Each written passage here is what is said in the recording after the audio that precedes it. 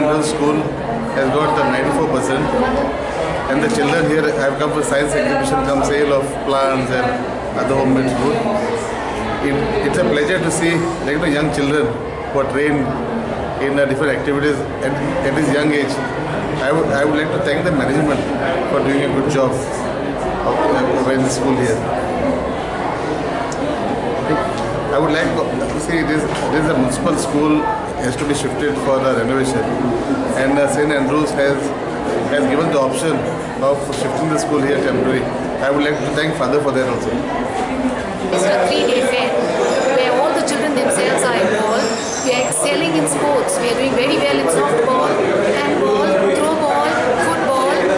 We have secured good position at the district level as well as taluka level. Many of our students are going to represent Goa at the national level too.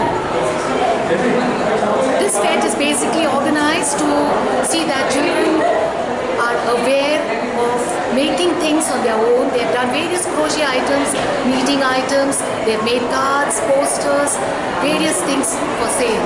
All done by the children along with our teachers.